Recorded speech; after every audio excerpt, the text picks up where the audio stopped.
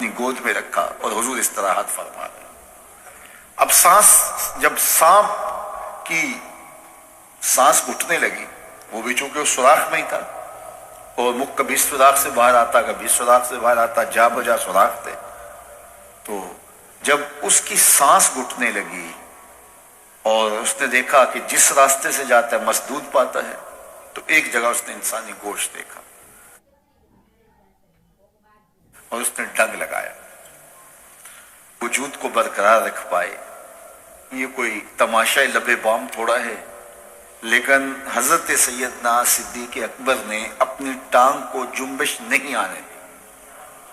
حضرت عمر کی جو روایت اس پہ لفظ ہے مخافتا ان یتنبہ رسول اللہ صلی اللہ علیہ وسلم، اس ڈر سے کہ کہیں حضور بیدار نہ ہو جائیں. لم یتحرک، اپنی ٹانگ کو حرکت نہیں آنے دی. لم یتحرک مخافتا ان یتنبہ رسول اللہ صلی اللہ علیہ وسلم، اس ڈر سے کہ کہیں حضور بیدار نہ ہو جائے. حضور کی نیند میں خلل. سانپ نے ڈنگ لگایا اور ایڑی ہٹی نہیں، وہ پیچھے ہٹ ہٹ کے ڈنگ مارتا ہے اور حضرت ابو بکر پوری قوت سے ایڑی کو دبایا ہے. حضرت تصور تو کرو، عشق کی بات تو سارے کرتے ہیں، عشق ابو بکر سے سیکھو. یہ ہے محبت کی کہانی. حضرت ابو بکر صدیق نے زور سے ایڑی رکھی ہے اور سانپ جو ہے وہ ہٹ ہٹ کے ڈنگ مار رہا ہے اور زہر جسم میں سرایت کر رہا ہے، اور حضرت ابو بکر صدیق اپنی ٹانگ کو جنبش بھی نہیں آنے دیتے، اس ڈر سے کہ کہیں حضور کی نیند میں خلل نہ آ جائے. سارا دھیان ادھر لگ گیا کہ ٹانگ کو جنبش نہ آئے. بے اختیار آنسو نکل پڑے اور حضور کے چہرہ نور پہ گرے. دھیان چونکہ ادھر لگا تھا، آنسو ادھر سے نکلے، حضور کے رخسار پہ گرے. حضور بیدار ہو گئے اور حضور نے فرمایا ما لک یا ابا بکر، ابو بکر کیا ہوا؟ ابو بکر کیا ہوا؟ انسان دکھوں میں بھرا پڑا ہو، تکلیف پہ تکلیف گزر رہی ہو اور کوئی پوچھ لے تو انسان پھٹ پڑتا ہے، بہت جلدی بولتا ہے.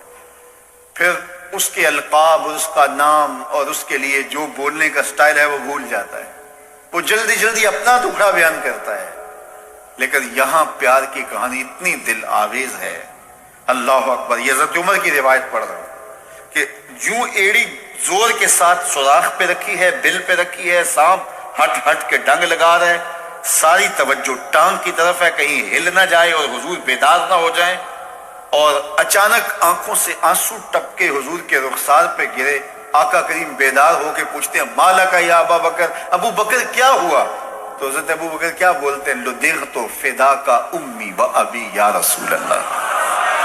یا رسول اللہ، میری ماں بھی آپ کے قدموں پہ قربان ہو، میرا باپ بھی آپ کے قدموں میں قربان ہو، سانپ نے مجھے ڈس لیا ہے.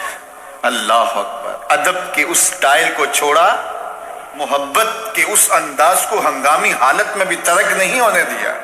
گفتگو کا سلیقہ اور بات کرنے کا جو طریقہ ماضی میں تھا آج بھی اسے ہی ملحوظ رکھا اور اسی سٹائل سے بات کرتے ہیں. میری ماں بھی آپ کے قدموں پہ قربان، میرا باپ بھی آپ کی راہوں پہ نچھاور، حضور مجھے سانپ نے ڈس لیا ہے.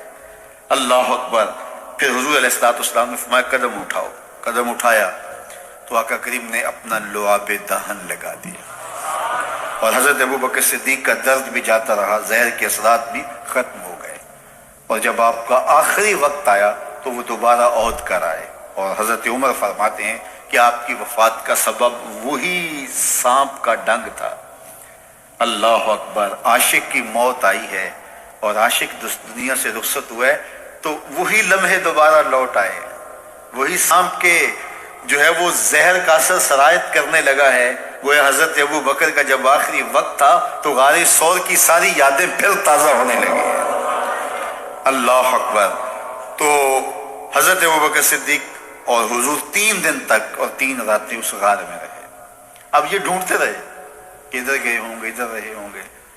پھر ان کے کھوجی نے کہا کہ نشان تو ادھر جاتے ہیں، اور ان کو لے کے وہ غار ثور کی طرف بڑھ گیا اور پہاڑ چڑھ گیا. غار ثور کے آگے جب کہا تو وہاں تک نشان تھے. آگے ایک جھاڑی تھی جس پر تالا جو ہے وہ جالا تن لیا تھا عنکبوت نے، مکڑی نے، اور فاختہ نے انڈے بھی دے دیے تھے. اب وہاں ان کا گمان ہوا کہ اگر یہاں سے اندر گئے ہوئے ہوتے تو یہ جالا ٹوٹ جاتا، تو یہ تو ممکن نہیں ہے، فاختہ تو انسانی وجود کو دیکھ کر کے اڑ جاتی ہے، تو یہ یہاں فاختہ بھی بیٹھی ہوئی ہے۔ تو اب جنہوں نے غار ثور دیکھی ہے ان کے ذہن میں سارا نقشہ گھوم گیا ہوگا، وہ اس تصور میں گھوم رہے ہوں گے، وہ یہاں مرکز مصطفیٰ میں نہیں بیٹھے، غار ثور کے آگے بیٹھے ہوئے ہوں گے، پھر وہ کیا منظر ہے، اللہ اکبر۔ تو غار اوپر سے نیچے آتی ہے اور نیچے دھانا ہے غار کا، اور جو غار کے اندر بیٹھے ہو سامنے جو پلیٹ فارم بنا ہوا ہے اس کے اوپر چلتے پھرتے باتیں کرتے وہ سارے لوگ نظر آتے ہیں اوپر والے کو جو غار کے اندر بیٹھے، اور جو باہر ہیں ان کو غار کے اندر کچھ نظر نہیں آ رہا، ایک تو غار کے اندر اندھیرا، اور دوسری بات اگر دیکھنا بھی چاہیں تو جھک کر کے دیکھنا پڑتا ہے، اپنے نیچے جھکیں اور پھر اندر دیکھیں تو کچھ دکھائی دے گا، اور وہ نہیں دیکھ رہے تھے۔ تو حضرت ابوبکر صدیق رضی اللہ تعالیٰ عنہ نے جب دیکھا مشرکین چل رہے ہیں، ان کی آوازیں بھی آ رہی ہیں، تو حضور سے کہا کہ حضور یہ کیا ہوا؟ اذ یقول لصاحب لا تحزن ان اللہ معنا، قرآن بتاتا ہے دونوں میں سے ایک جب اس کو جب فکر لاحق ہوئی، ایک ہوتا ہے اپنی جان کا خوف، اس کو خوف کہتے ہیں، جو دوسرے کے لیے ہوتا ہے اس کو حزن کہتے ہیں۔ صدیق اکبر کو اپنی جان کا خوف نہیں تھا، حضور کی جان کی فکر تھی، تو اللہ کے محبوب نے فرمایا، قرآن نے اس کی حکایت کی، لا تحزن